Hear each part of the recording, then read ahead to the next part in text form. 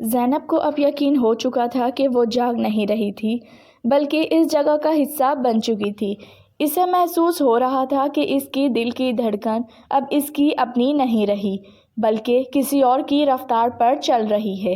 ہر سانس کے ساتھ اس کے سینے میں وہی نمی بھر جاتی جو کوٹھی کی دیواروں میں بسی ہوئی تھی۔ وہ جہاں بھی جاتی سایہ اس سے پہلے پہنچ جاتے۔ آئینے اب سچ نہیں دکھائی دیتے تھے بلکہ وہ دکھاتے تھے جو ہونے والا تھا، اور ہر عکس میں زینب خود کو آہستہ آہستہ غائب ہوتے دیکھتی۔ اس رات ریحان نے پہلی بار سچ بتایا کہ کوٹھی نے کبھی لوگوں کو نہیں مارا بلکہ ان کی جگہ لی تھی، ان کے چہرے، ان کی یادیں اور ان کی آوازیں۔ اور جب کوئی مکمل طور پر ٹوٹ جاتا تو وہ کوٹھی ایک قدم اور آگے بڑھ جاتی۔ زینب کو یاد آتا کہ اس نے برسوں پہلے جو غلط دعا پڑھی تھی وہ دراصل حفاظت کے لیے نہیں تھی بلکہ دروازہ کھولنے کے لیے تھی۔ اس لمحے اسے احساس ہوا کہ ریحان پہلی قربانی نہیں تھا بلکہ پہلا دربان تھا، اور اب وہی کردار زینب کے لیے لکھا جا چکا تھا۔ دیوارے سے نکلتے ہاتھ اب اسے پکڑنے نہیں بلکہ سہارا دینے لگتے تھے، جیسے کوٹھی اسے قبول کر رہی ہو۔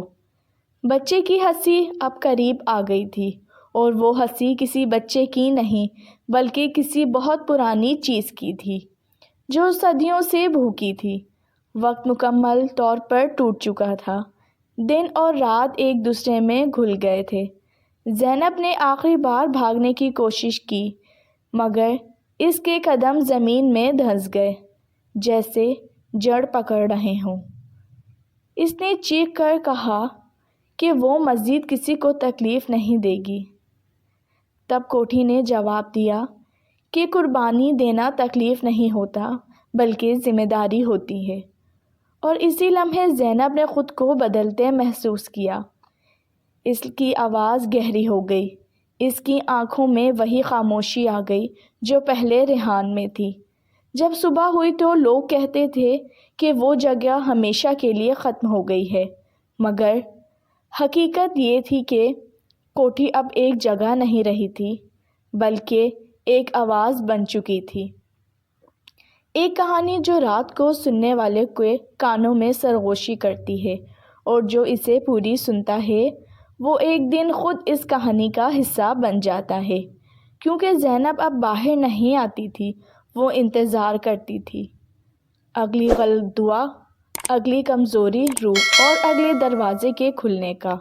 اور یہی مقام تھا جہاں یہ کہانی ختم نہیں ہوئی بلکہ ہمیشہ کے لیے بند ہو گئی ہے۔ اگر آپ کو یہ کہانی پسند آئی ہو تو چینل کو سبسکرائب کیجیے۔ رکھیے اپنا بہت زیادہ خیال۔ کل ملیں گے نئی کہانی کے ساتھ، اجازت دیجیے، اللہ حافظ۔